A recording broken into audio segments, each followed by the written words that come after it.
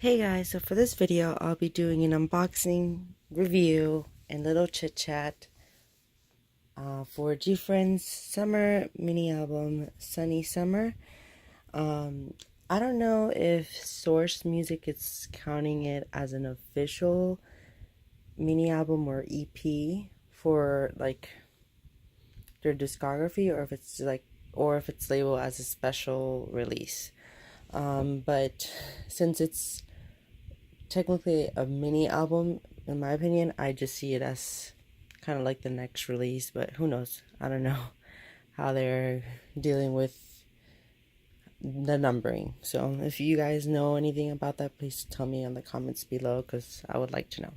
But I got the red version. I don't know if this is the summer or the sunny. Well, it's the red one. The other one's blue. I don't know. Since it's summer, I want to have something that's red. And I think these just look really cute in this photo. Yes. So here's the front, the back. You do get the track list, which I really enjoy. Which I really like. When albums have the track list on the back, and the spine. So there it is. So now, if you're wondering how big this album is compared to a jewel case, this is how big it is. So it is that classic book packaging, paper packaging. Okay, I'm so happy with this packaging. I really like it. They did a really good job with Time for the Moon Night album and this one as well. So thank goodness they've looked past the jewel case face. I didn't like that. So I'll show you guys what the picture looks like. What the photo book looks like inside, and talk about this album and my thoughts on this comeback and what I want from Gfriend, and so on. So you have the disc, and I did get this brand new, so I do have the photo cards. I'll show them at the end if you're curious to see which photo cards I got. And the track list again. I just love this like red. I don't know if I think I have a decent, actually not really. I mostly have like, I don't have that many red albums, but I really love these photos. I think Yuju looks gorgeous in here. And if you didn't know, Yuju's my bias. In Gfriend, there's Shinbi.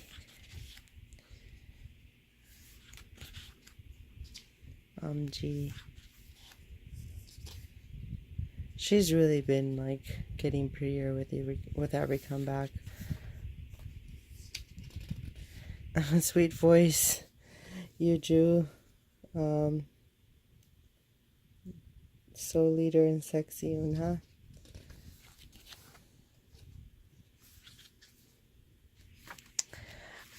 And I haven't mentioned it. I think they did Yeti wrong with this haircut. Like, honestly, whoever thought of giving her those bangs needs to be fired. But I think the other girls look really cute.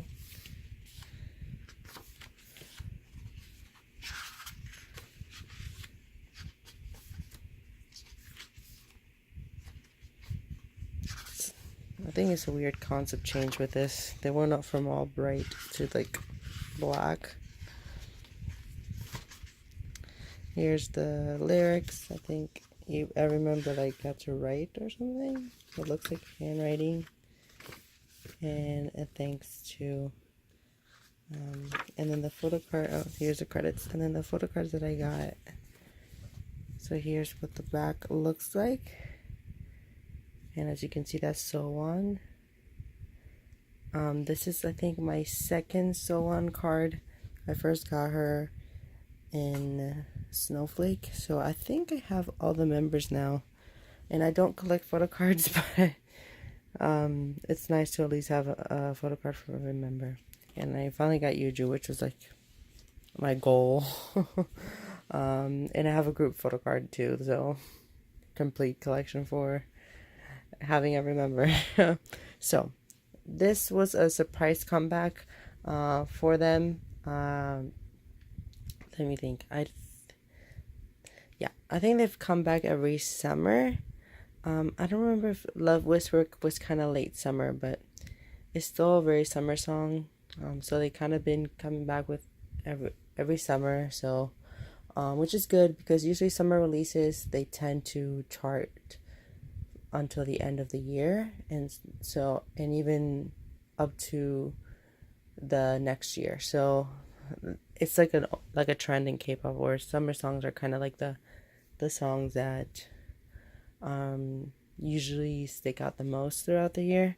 Uh, but I think for this comeback, it's probably not the song that is gonna, I don't know, the most memorable song from Gfriend. Um, what else? Let me go back. Actually, I did really enjoy this album. I don't think this was made to chart well, and more as a gift to the fans. I think I read in some interviews that they didn't really focus too much on the charting of this song. They just wanted to have like a summer release. And honestly, I think I don't I actually I have a couple of theories, but because it seems like they really wanted to come back really soon because of all the other girl groups were like rumored to come back, and maybe they were kind of living up from the hype from Time for the Moon Night, since they've been kind of losing the general public attention, but they've been getting a lot of fans. Like their physical sales have like increased in the past year, so I'm really glad about that. But I think Time for the Moon Night really revived kind of like the general public knowing about Gfriend, because the last few songs, even though they charted alright, I think it didn't have as much of an impact as Time for the Moon Night. And then and for Sunny Summer, it's not your classic Gfriend song, so like whenever you listen to it, you don't think it's a Gfriend song, but it actually is a very Gfriend song, because if you looked up the lyrics or if you kind of listen really carefully, you hear that throughout the song, the girls names are in the song. So like and each girl will sing the part where her name is in the song. So when it's Shinbi's turn, she sings her part and she mentions her name. Same for Unha, so on, and Yuju, Yerin. So I think that was like a cute thing. And I don't know, that's like my favorite part about this song, is that you can have like a song where, it's literally only Gfriend can sing this because it's in, like, they have their names in the song. So that was cute. It's definitely not my favorite title track, but strangely enough, it's like a song that you can listen to on repeat, and not get necessarily too tired of it, because Gfriend songs are really dramatic. So I know they're not for everybody. It's their music really tends to a specific K-pop fan, or not even a K-pop fan, like a music listener. Like they have like their own style. So I like the fact that they've kind of did something different with this comeback this time around, especially with the title track, because it's not overly dramatic. You don't hear like you do kind of belting too much in the songs, and the chorus is very mild, nothing too dramatic. It's like sunny summer, so it's like really chill. I really love that. So I know the song did not, kill the charts, but it seems to be still, within the top 50, and that's an achievement, since a bunch of K-pop groups like have made like big comebacks and they had huge promotions. So for them to kind of maintain somewhat of a presence with Sunny Summer. It definitely says something. And both Sunny Summer and Time for the Moon Night are still within the top 50 as of right now. So kudos to Gfriend for, you know, kind of hanging up there. Especially because they don't have a huge fandom like 101 or like BTS or EXO, where like the fans are constantly streaming the songs. So it's definitely their fandom plus the general public wanting to listen to their music. So that's really good. And then for the other songs, they really do blend well with the title track. My favorite song in here might be Windy Windy, and Love in the Air is another great track. But all of these kind of do fit well with the title track, so it's not like you have something completely different. So yeah, I wasn't necessarily disappointed in this. Obviously, I always look forward to that classic Gfriend song whenever they come back, but I wasn't too bothered with this. They're trying something new, and I appreciate it. The packaging is good. I don't think I'll be getting the other version just because there's so many groups that I like who are coming back or already came back or just released an album, and there's not really a reason for me to have two copies of the same songs.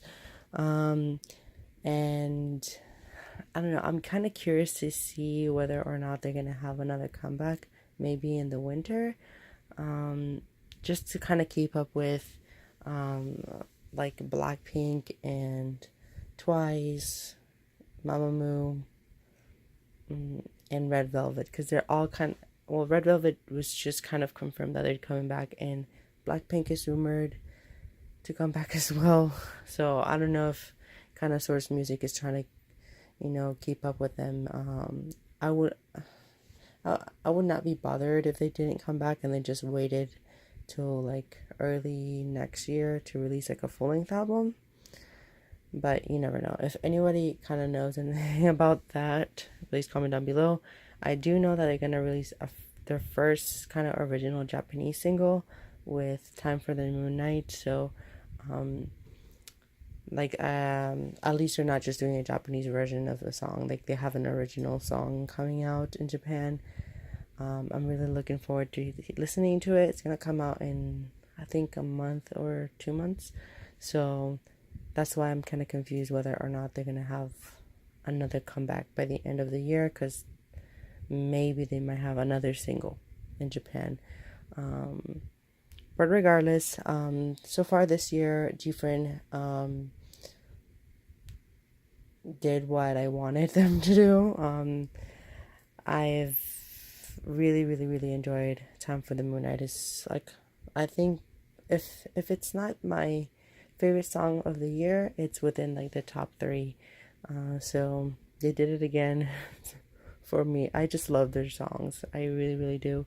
They're like my favorite girl group in the new generation. So yeah, really happy with this comeback. And I think it would have been smart to include Yuju's like solo song in here just to kind of add to it, but which I don't understand why she just had like a random song and they don't include it in this. Yeah, solid packaging, good songs. So give this a listen. It's like a really, really fun little album that you can listen to in the summer. So I'm glad that they have something kind of special to the summer, that it just really stands out. And I love the contrast between this and Time for the Moon Night. So I don't know if that was like planned, but it's just like a big contrast between the songs and the album. So really, really proud of them. So anyways, guys, thank you for watching. I hope this was interesting.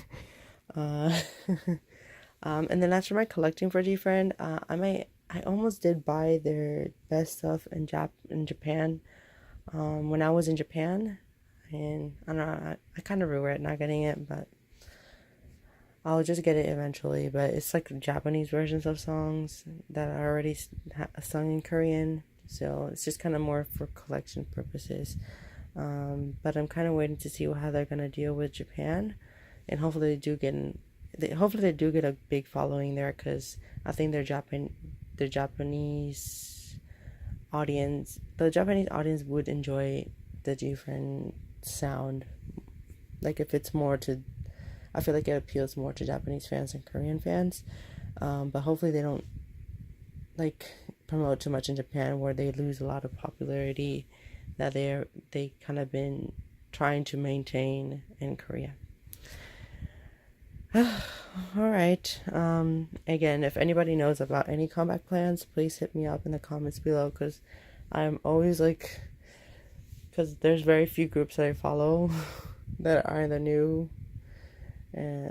generation, and Gfriend's one of them. So anyways, guys, I'll be doing a haul as well, so I will include this in a couple of more albums that I got this month.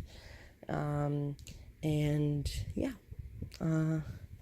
see you guys on the next video. And I'll do a Gfriend like collection like update by the end of the year as well, so kind of to show what I've gotten so far. Bye.